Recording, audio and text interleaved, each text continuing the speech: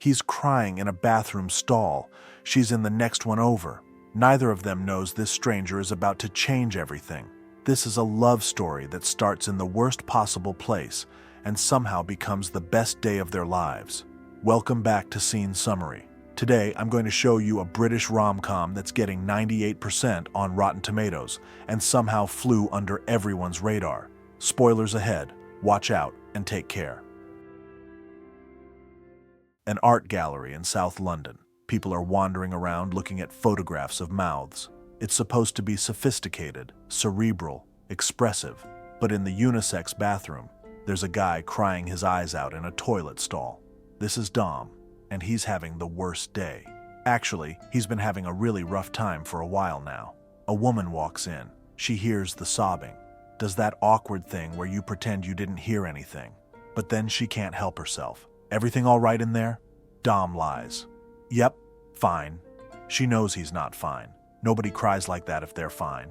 Her name is Yas, and she doesn't know Dom, never seen him before. But somehow, hearing him cry in that bathroom stall sticks with her. She leaves, washes her hands, walks back out into the art gallery. And that's where this whole thing starts. Dom pulls himself together, walks out of that bathroom.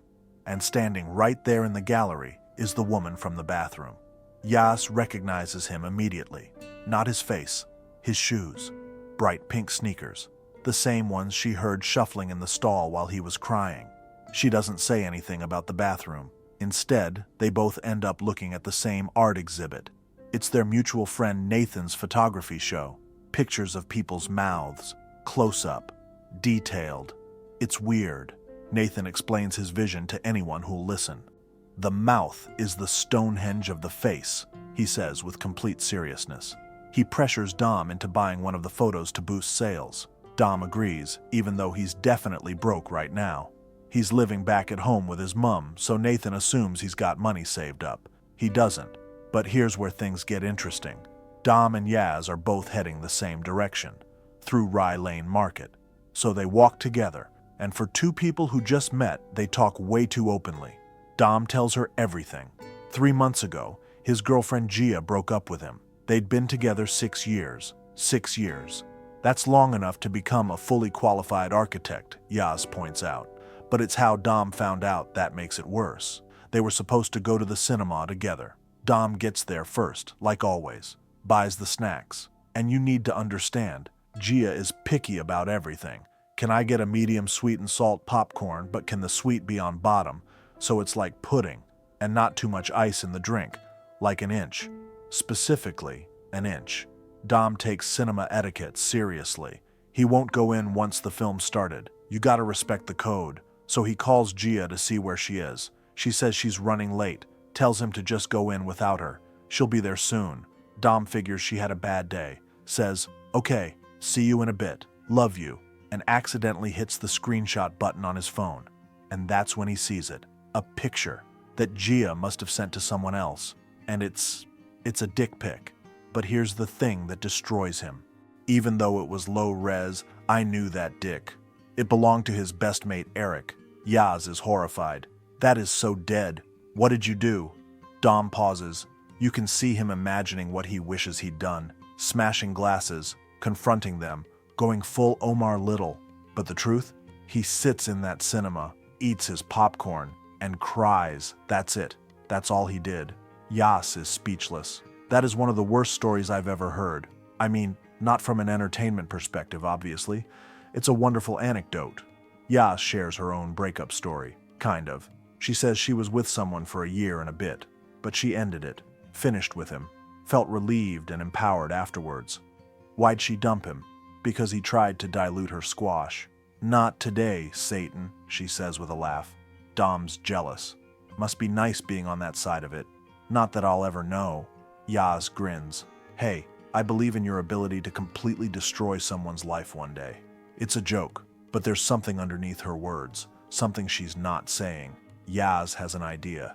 She convinces Dom to go meet Gia and Eric, face them, get closure. Dom doesn't want to, but Yas is persuasive, energetic, chaotic in the best way. They show up at a restaurant. Gia and Eric are there, and they look shocked to see Dom. Eric is overly enthusiastic, trying too hard to act normal. Gia looks uncomfortable. Dom tries to be cool about it, asks why they did it, why they went behind his back. Gia says they grew apart, that she changed, and that's when Yaz steps in. She doesn't just defend Dom, she goes nuclear, pretends she's his new girlfriend, his fiancée actually, tells Gia that she clearly got scared of real commitment and took the easy route with Eric. It's protective, it's intense, it's exactly what Dom needed but couldn't do for himself. They leave, and Dom feels lighter than he has in months. But Yas goes quiet, because what she just did, inserting herself into someone else's life, defending a stranger so fiercely, it shakes something loose in her. To keep hanging out, Yas tells Dom she needs to get something from her ex, Jules' apartment. A record, a Tribe Called Quest album that means something to her. She doesn't want a new copy, she wants her copy. But Jules has moved on. New girlfriend named Tabby. Getting into his apartment means getting a key from someone. They go to Jules's mom's house first. She's sweet, offers them a moped to borrow. Then they head to a karaoke bar where Mona works. She's got a key to Jules's place because she feeds his succulents. But Mona forces them to sing first. At first, it's painfully awkward. Dom can't sing. Yas is self-conscious. But then something shifts. They stop caring about being perfect and just have fun. They're laughing, they're connecting. It's the first time either of them has felt genuinely happy in a long time. They get the key, break into Jules's flat while he's out. Yaz goes straight for her record. But then she sees something in the bathroom, a menstrual cup. She's furious, because Jules never let her use one when they were together, said it was unsanitary. But now he's fine with Tabby using one. Then she finds Tabby's underwear in a drawer, and it all crashes down. The anger, the hurt, the realization that Jules controlled her in ways she didn't see at the time. Dom tries to comfort her, and then the worst thing happens. Jules and Tabby come home early. Yas and Dom hide, badly, and eventually they're discovered. Jules confronts Yas, and the truth comes out. Yas didn't break up with Jules. Jules broke up with Yas. She's been lying to everyone, including Dom, because she didn't want to admit she wasn't good enough, wasn't cool enough, wasn't enough. Dom feels betrayed. He shared everything with her. The cinema, the dick pic, the pain. Why couldn't she do the same? They leave the apartment. Yaz tells Dom he's too emotional, needs to keep his feelings to himself, that she didn't sign up to be his therapist. It's cruel. It's a defense mechanism. And it works. They go their separate ways. After that day, they both struggle. Dom cries. Yaz pretends she's fine. They try dating other people. But their thoughts keep drifting back to that one day. That one perfect, chaotic, honest day. Because here's the thing. They weren't falling for each other because they were perfect. They were falling for each other because they were real. And real is rare. Nathan has another art show. This time, the photos are even more uncomfortable. Let's just say they're not of mouths anymore. Dom shows up. Gia and Eric are there too, and surprisingly, they're kind to him, tell him that Yas seemed perfect for him. Gia even asks about her, and then Dom's phone rings. It's Yas. "Turn around," she says. Dom turns. Through the gallery window, he sees a boat on the Thames, and on that boat, there's a group of people waving at tourists. One of them is Yaz. She tells him to come down, to meet her. Dom runs. There's just one problem. Yas forgot to check which direction the boat was going. Dom has to chase it. Running through London, dodging people, determined to catch up. He finally makes it to the harbor, and there she is. Yas tells him everything, all of it.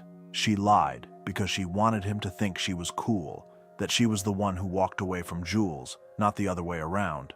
But the truth is scarier, more vulnerable. Jules dumped her, made her feel small, controlled her in ways she's still unpacking. She wasn't strong and empowered like she pretended. She was hurt and embarrassed and afraid. Dom listens, and then he tells her something important. She's cool anyway, because being cool isn't about pretending you have it all together. It's about being honest when you don't. They stand there at the edge of the water, both terrified, both hopeful, and then they kiss. It's not a happily ever after. It's a let's see where this goes. because that's what real love looks like. Not perfect, not guaranteed, just two people choosing to try. The movie ends with them together, laughing, arguing, being themselves. They don't know if this will last, but they know it's real, and sometimes, real is enough. Would you give someone a second chance after they lied to protect themselves? Subscribe to Scene Summary for more stories about messy, beautiful, real connections. Hit that notification bell and drop a like if this one reminded you what honest love looks like.